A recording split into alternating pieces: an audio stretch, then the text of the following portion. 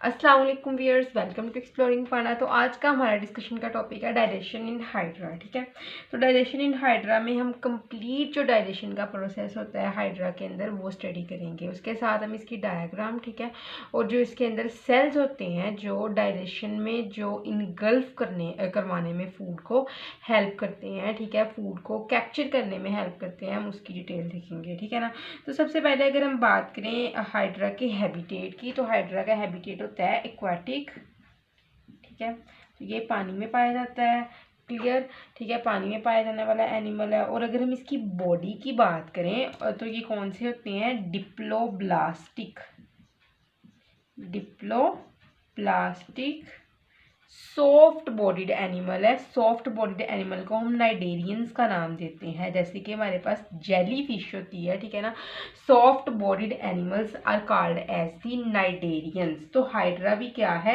अच्छा, जो कंसेप्ट यहाँ पे हम देखते हैं, एक वर्ड है डिप्लोब्लास्टिक एनिमल। ठीक है, तो ऐसे एनिमल जो दो प्राइमरी जो है वो जर्म लेयर, दो प्राइमरी जर्म लेयर से डेवलप होते हैं। ठीक है, जब इनकी एम्ब्रियो की डेवलपमेंट हो रही होती है ना, ठीक है ना, तो उस टाइम क्या होता है कि ये डेवलप होते हैं दो प्राइमरी जर्म लेयर से। They develop from the two primary germ layers during their embryo development. ठीक है, तो वो कौन सी जर्म लेयर्स होती हैं? एक है वो एक्टोडर्म और दूसरी कौन सी है? एंडोडर्म। तो अगर हम बात करें एक्टोडर्म की, तो ऊपर आउटर लेयर जो होती है, जो स्किन बनाती है लेयर, उसको हम नाम देते हैं एक्टोडर्म का। तो आउटर लेयर जो क्या बनाती है? स्किन बनाती है। ठीक है, या फिर उसके अलावा नर्वस टिश्यूज बनाती है। ठीक है, ठीक है, या फिर कुछ सेंसरी ऑर्गन बनाती है, तो उसको तो हम नाम देते हैं एक्टोडर्म का। ठीक है, और एंडोडर्म कौन सी लेयर होती है? इनर लेयर, जो क्या बनाती है? डाइजेस्टिव ट्रैक्ट, या फिर हम कह सकते हैं डाइजेस्टिव कैविटी जो बनाती है। ठीक है ना, अंदरूनी लेयर। ठीक है, उसको हम नाम दे देते हैं, वो हमारे पास क्या है? एंडोडर्म। तो इसके अंदर जो है वो हाइड्रा के केस में जस्ट एक्टोडर्म और एंडोडर्म पाई जाएगी। एम्ब्रियोनिक डेवलपमेंट के दौरान दो ही प्राइमरी जर्म लेयर डेवलप करेंगी, एक है एक्टोडर्म और दूसरी है एंडोडर्म। ठीक है, एक्टोडर्म में ने इनमें बना दी है स्किन, ठीक है, या फिर सेंसरी टिश्यूज, क्योंकि नर्वस टिश्यूज इनके अंदर नहीं होंगे। ठीक है ना, सेंसरी टिश्यूज होंगे। ठीक है, उसके अलावा जो एंडोडर्म है उसने डाइजेस्टिव कैविटी बना दी है। ठीक है, डाइजेस्टिव कैविटी के अंदर जो सेल्स हैं, गैस्ट्रोडर्मस सेल्स हैं, ग्लैंडुलर सेल्स हैं, उनकी डेवलपमेंट करवा दी है। ठीक है ना, तो इनके अंदर जो मीजोडर्म होती है ना, वो क्या होती है? एब्सेंट होगी। ठीक है, तो इसकी एब्सेंस की वजह क्या है? They lack mesoderm, third germ layer जो है मीजोडम, वो इसके अंदर एब्सेंट होती है। ठीक है ना, दैट्स वाई के मीजोडम की एब्सेंस की वजह से इनके अंदर मसल, बॉन्स और सर्कुलेटरी सिस्टम नहीं होता है, क्योंकि जो मीजोडम होती है लेयर, ये क्या बनाती है? मसल्स बनाती है। ठीक है, बॉन्स और सर्कुलेटरी सिस्टम बनाती है हमारे पास मीजोडर्म। क्लियर।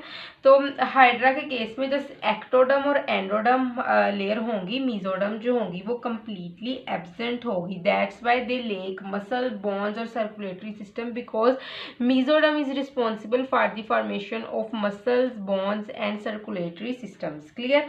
तो इसकी ये बात क्लियर हो गई है कि ये डिप्लोब्लास्टिक होते हैं। और नाइडेरियंस की अगर हम बात करें तो सॉफ्ट बॉडीड एनिमल को, जो पानी के अंदर इक्वेटिक होते हैं, ठीक है ना, पानी के अंदर रहते हैं, उनको हम कहते हैं कि ये हमारे पास क्या है? नाइडेरियंस। ठीक है, तो अगर हम नेक्स्ट अब बात करते हैं इसकी, अभी हम यहाँ पे बात करते हैं कि इसके अंदर जो बॉडी होती है ना, वो वैस लाइक बॉडी होती है। ठीक है ना, वैस लाइक एक गुलदान की तरह की, आप ये देख सकते हो एक गुलदान सा बना हुआ है। ठीक है, तो इनके अंदर कौन सी बॉडी होती है?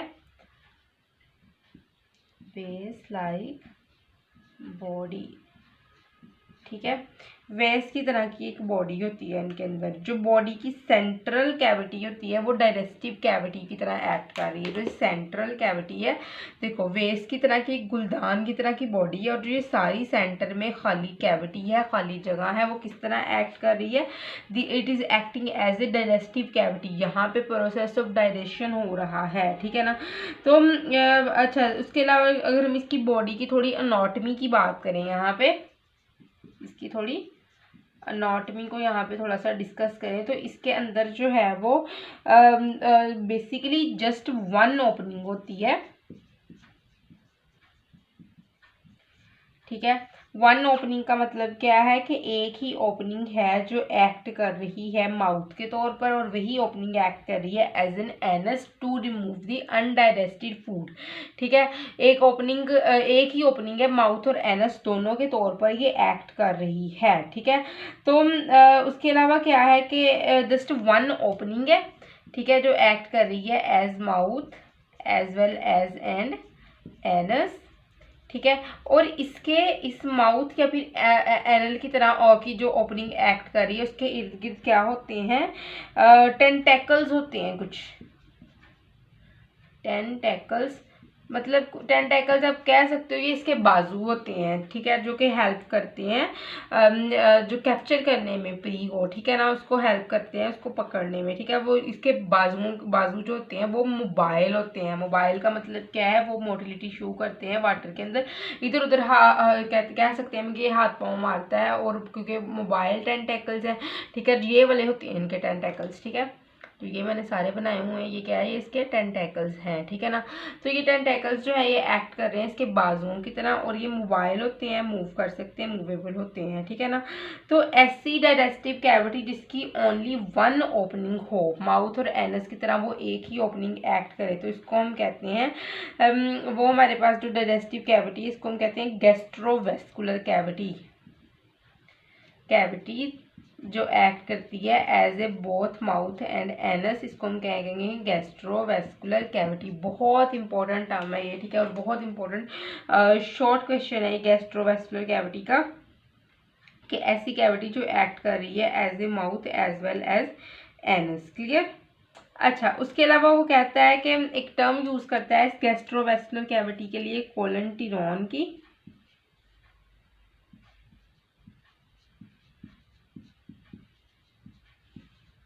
ठीक है। तो कोलेंटिनोन क्या होते हैं? डाइजेस्टिव सिस्टम जो होता है, ऐसा एनिमल जिसके अंदर डाइजेस्टिव सिस्टम जो होता है वो सिंपल हो, जस्ट सिंगल ओपनिंग हो उसके पास, तो उसको हम कहते हैं ये हमारे पास क्या है? ये कोलेंटिनोन कैविटी है, ठीक है ना। The cavity which in which mouth is acting as a only one opening which is acting as both mouth and the anus is called as the coelenteron, ठीक है। तो क्लियर? यहाँ तक आपको समझ लग गई है। उसके बाद हम अभी हमने क्या बात की? अभी हमने उसकी एनाटॉमी की और उसके हैबिटेट की बात की है, ठीक है ना। तो थोड़ा हम जो है वो टेंटेकल्स को थोड़ा हम डिटेल से देखते हैं यहाँ पे। तो अगर हम टेंटेकल्स की डिटेल देखें यहाँ पे, तो क्या होता है कि टेंटेकल्स के ऊपर ना कुछ सेल्स होते हैं, ठीक है ना। जो टेंटेकल है ये मिलके बना होता है कुछ सेल्स से, ठीक है। उन सेल्स को हम नाम देते हैं नीडोसाइट्स।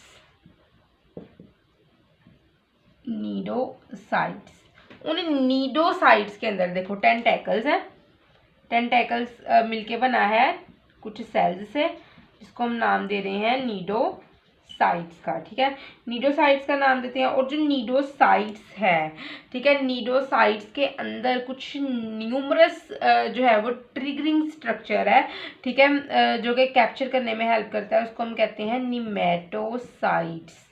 ये भी कुछ स्टिंगिंग सेल्स होते हैं, ठीक है। तो हम फिनोमिना यहाँ पे इसको देखते हैं कि मैंने जो है वो दोनों बनाए हुए हैं, बड़े करके आपको दिखाए हैं। दोनों नीडोसाइट्स हैं, ये नीडोसाइट्स है, ये भी एक ही नीडोसाइट्स है। ये रेस्टिंग पोजीशन में है, ये ट्रिगर्ड पोजीशन में है, ठीक है। तो ये जो है वो किसमें है? ये रेस्ट में और ये एक्शन में है, ठीक है। तो होता क्या है? जो नीडोसाइट है ये एक इसकी पोजीशन है नीडोसाइट की, और ये दूसरी कंडीशन है नीडोसाइड की, ठीक है। तो इसमें क्या होता है कि यहाँ पे ना कुछ ट्रिगरिंग स्ट्रक्चर होता है जिसको हम नाम देते हैं नीडोसिल का, ठीक है, नीडोसिल, ठीक है, नीडोसाइड्स के पास। और यहाँ पे एक स्ट्रक्चर है, ठीक है, एक जो है वो थैला सा है जिसके ऊपर लिड भी है, ढक्कन भी मौजूद है। इस थैले के अंदर जो है वो हमारे पास नेमेटोसाइट्स होते हैं और इन नेमेटोसाइट्स को इस तरह एक हम कह सकते हैं एक डोर की तरह कवर किया होता है, बांध के रखा है एक होलो थ्रेड ने, ठीक है। और ये इसकी है रेस्टिंग पोजीशन, ठीक है। इसने इसको इस थैले को इसने नाम दे दिया है कैप्सूल का। ये किसका थैला है? नीडोसाइट सेल्स का। ये नीडोसाइट्स कहाँ पे पाए जाते हैं? टेंटेकल्स के ऊपर, ठीक है। तो ये नीडोसाइट्स जो है इसके पास कुछ ट्रिगरिंग स्ट्रक्चर है जिसको हम नाम देते हैं नीडोसिल का। मतलब कि कोई चीज के साथ अगर टच करेगी तो ये करेगा, ये फौरी तौर पर एक्शन देगा, ठीक है, इसलिए इसको हम ट्रिगरिंग का नाम दे रहे हैं, ठीक है। तो होता क्या है, इन नीडोसाइट्स के पास एक थैला सा है, थैले के अंदर नेमेटोसाइट्स है। नेमेटोसाइट्स को किसने जो है वो अंदर बांध के रखा हुआ है एक होलो थ्रेड ने, ठीक है, उसको अंदर कवर किया हुआ है इस होलो थ्रेड ने, ठीक है ना।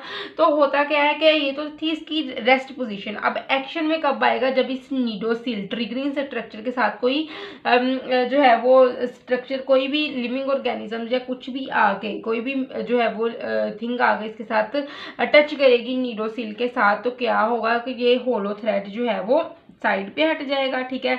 और क्या, और जो हमारे पास नेमेटोसाइट्स हैं ये क्या करेंगे, ये बाहर की तरफ प्रोजेक्ट करवा दिए जाएंगे, क्योंकि नीडोस जो होलो थ्रेड है ये इसके ऊपर से उतर जाएगा। जैसे ही नीडोसिल को कौन अटैक करेगा या फिर टच करेगा, कोई भी ऑब्जेक्ट टच करेगा, तो जो हमारे पास ये जो है नेमेटोसाइट्स जो यहाँ पे बांध के रखे थे, कि इस तरह बाहर की तरफ, ये देखो जी नेमेटोसाइट्स आ गया बाहर की तरफ। तो आप देख भी सकते हैं कि ये था नेमेटोसाइट अंदर बांध के रखा था, तो ये इस तरह इसको ये ट्रिगर हो गया है, ठीक है।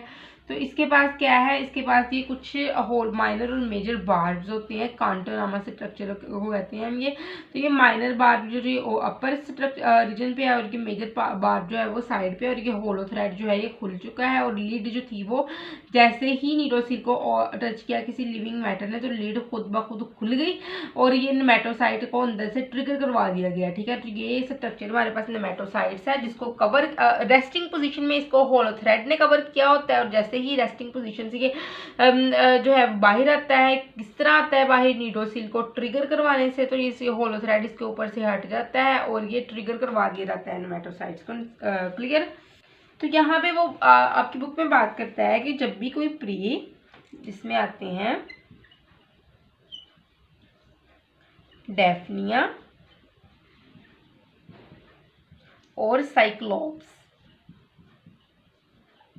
ये कॉन्टैक्ट में आता है इस नीडोसिल के साथ, ठीक है। तो नेमेटोसाइट्स की होलो थ्रेड हटना शुरू हो जाती है और जो है वो वहां से क्या करवा दी जाते हैं, पॉइजन बी सिक्रिएट करवा दी जाती है साइड से, और पॉइजन बी सिक्रिएट करवा दिए जाते हैं। और इसको जो आगे से जो नुकीला स्ट्रक्चर है इसको प्री की बॉडी के अंदर इंटर करवा दिया जाता है। और मजीद इंटरिंग के बाद पॉइजन को सिक्रिएट किया जाता है। तो इस पॉइजन की वजह से प्री क्या हो जाता है, पैरालाइज, को पैरालाइज्ड करवा दिया जाता है, ठीक है। और कभी कभार ये इसको मार भी दिया जाता है, ठीक है। सम टाइम क्या किया जाता है, इसको किल कर दिया जाता है, ठीक है ना। तो हाइड्रा जो होती है अपने प्री को इसको टेंटेकल्स की हेल्प से ही पकड़ते हैं। टेंटेकल्स के ऊपर कौन से सेल्स है? नीडोसाइट्स। नीडोसाइट्स जो है वो स्टिंगिंग सेल्स है। स्टिंगिंग स्ट्रक्चर इनके पास कौन सा है? नेमेटोसाइट्स, ठीक है। जिधर स्टिंग मारना है अंदर इंटर होना है, ठीक है। तो उसके बाद क्या होता है कि प्रे को पैरालाइज्ड करवा दिया जाता है यहाँ पे, ठीक है। प्रे पैरालाइज्ड हो जाता है और कभी कभी मर जाता है, ठीक है। तो हाइड्रा क्या करता है, ये अपने प्री को टेंटेकल्स के जरिए पकड़ता है और इसको अपनी माउथ की तरफ धकेल देता है, अपनी डाइजेस्टिव कैविटी की तरफ घेर देता है माउथ के जरिए, ठीक है। डाइजेस्टिव कैविटी क्या है? माउथ से नीचे जो है होलो के कैविटी, ये डाइजेस्टिव कैविटी ही है इसकी, ठीक है। अच्छा, उसके बाद क्या होता है, अब ये डाइजेस्टिव कैविटी हमने देख लिया, उसने इनगल्फ करने का तो फिनोमेना सारा हमने देख लिया। अब खुराक आ गई है इस डाइजेस्टिव कैविटी के अंदर, ठीक है। यहाँ पे ये जी क्या है हमारे पास, खुराक है, ठीक है। तो ग्लैंडुलर सेल जो होते हैं ये गैस्ट्रोडर्मस जो है वो हमारे पास क्या है गैस्ट्रो। अच्छा, अगर थोड़े से मैं इसके स्ट्रक्चर को भी आपको डिफाइन कर दूं कि सबसे ऊपर वाला लेयर है एपिडर्मस, उससे नीचे है हमारे पास कौन सी मिजोजिलिया और गैस्ट्रोडर्मस। तो मिजोजिलिया दरमियान वाली लेयर है, एपिडर्मस से नीचे और गैस्ट्रोडर्मस के पहले आती है ये, ठीक है ना। तो मिजोजिलिया का काम क्या है, तो M for mesoglea, M for muscular. तो ये मस्कुलर लेयर के तौर पर एक्ट कर रही है, किस तरह, कॉन्ट्रैक्ट और रिलैक्स करके, ताकि जो हाइड्रा की बॉडी है वो मूव तो नहीं करती है मोस्टली, ये काफ़ी जो है ख़तरनाक सिचुएशंस में मूव करती है जब मजबूरी हो जाए मूव करने की। तो लेकिन कॉन्ट्रैक्शन रिलैक्सेशन इस तरह के करवाई जाती है ताकि फूड जो है वो एंजाइम के साथ अंदर मिक्स हो जाए, ठीक है, और लिटिल मूवमेंट ये शो भी कर दे, ठीक है। तो मिजोजिलिया की बात की, उसके बाद है गैस्ट्रोडर्मस। गैस्ट्रोडर्मस जो है वो, गैस्ट्रोडर्मस में होते हैं कुछ ग्लैंड सेल्स, ठीक है, कुछ ग्लैंड सेल्स पाए जाते हैं इस गैस्ट्रोडर्मस के अंदर, ठीक है। तो ये क्या करते हैं, यहाँ पे ये ग्लैंड सेल्स सिक्रिएशन सिक्रिएट करते हैं और अंदर जहाँ पे इसके ऊपर अटैक हो जाता है और ये क्या करना शुरू हो जाता है, ये टूटना जो है वो कॉन्टैक्ट आ जाता है इसके अंदर और यहाँ पे एक्स्ट्रा सेलुलरी डायलेशन होनी शुरू हो जाती है, ठीक है।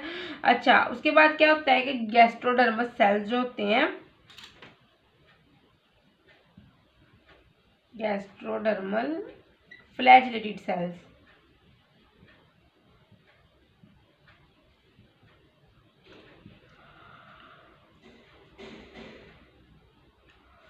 तो गैस्ट्रोडर्मल फ्लैजिलेटेड सेल्स जो होते हैं और ये क्या करते हैं, ये ग्लैंड की सिक्रिएशन करवाते हैं, ठीक है, और बॉडी कैविटी को मिजोजिलिया क्योंकि लेयर है जो कॉन्ट्रैक्शन रिलैक्सेशन करवाती है, तो ये क्या करवाती है, कॉन्ट्रैक्ट रिलैक्स करती है और बॉडी को फूड को मिक्स करवा दिया जाता है एंजाइम के साथ, ठीक है।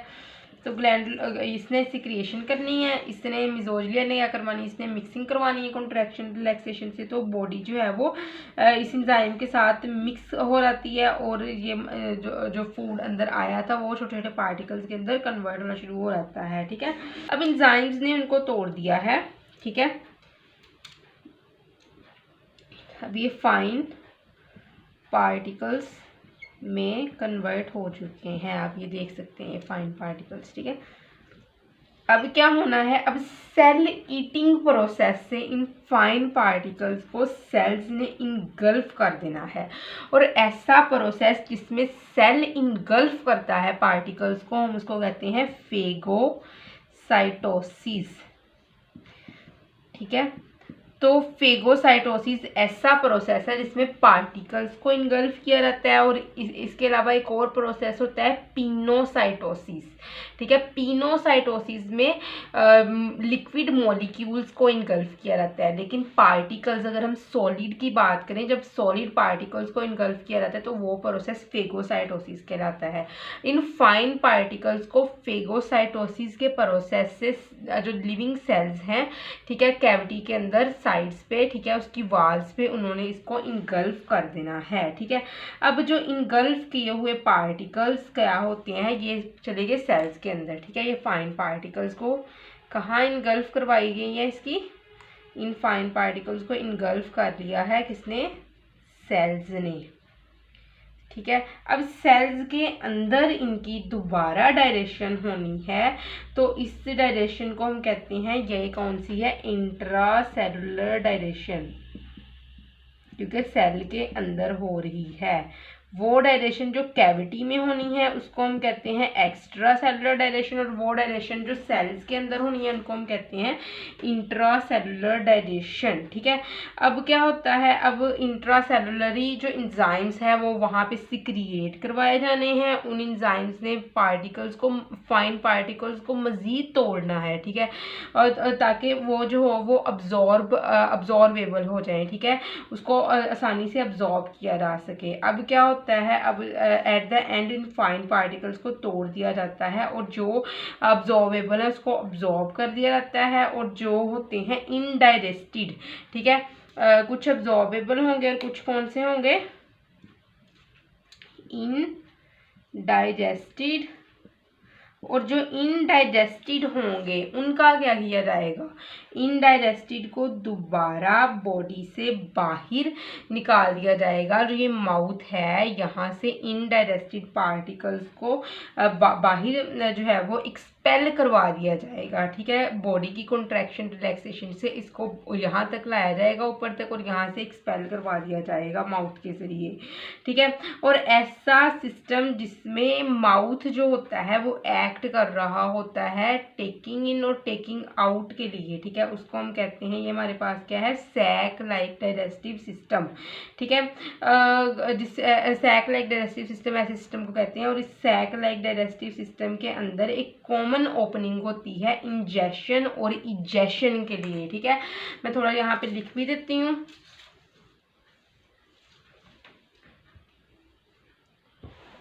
ठीक है। ऐसा डाइजेस्टिव सिस्टम जिसके अंदर क्या होता है, कॉमन ओपनिंग होती है फूड को अंदर लेने के लिए और वही इसी ओपनिंग से जो एक्ट कर रही है एनस के तौर पर इनडाइजेस्टेड फूड को बाहर ले जाने के लिए। तो ऐसे सिस्टम को हम क्या कहते हैं, sac like digestive system in which single opening is acting as both mouth and the anus, and this single opening is responsible for ingestion and ejection। Ingestion किसकी करवाई जाती है, वो फूड जिसको आपने डाइजेस्ट करवाना होता है, जिसको आपने खुराक को खाना होता है, ठीक है ना। तो माउथ के जरिए क्या करवाई जाती है, इंजेशन, उसको निगला गया। और इजेशन क्या है, इनडाइजेस्टेड फूड, वो फूड जो डाइजेस्ट नहीं हो पाया उसको बॉडी से बाहर निकाला जाता है, ठीक है ना। इनडाइजेस्टेड फूड की होती है ये, ठीक है, जिसको डाइजेस्ट नहीं कर चुके थे, ठीक है। इजेशन, ठीक है, ये होती है एनस से। और सैक लाइक डाइजेस्टिव सिस्टम के अंदर क्या होता है, माउथ और एनस एक सिंगल ओपनिंग ही जो होती है वो एक्ट कर रही होती है माउथ के तौर पर भी और एनस के तौर पर भी। क्लियर, ठीक है। तो आई होप सो कि आपको डाइजेशन इन हाइड्रा की समझ लगी होगी, लेकिन अगर किसी भी किस्म की कंफ्यूजन तो कमेंट सेक्शन पूछ सकते हैं। थैंक यू सो मच, अल्लाह हाफिज़।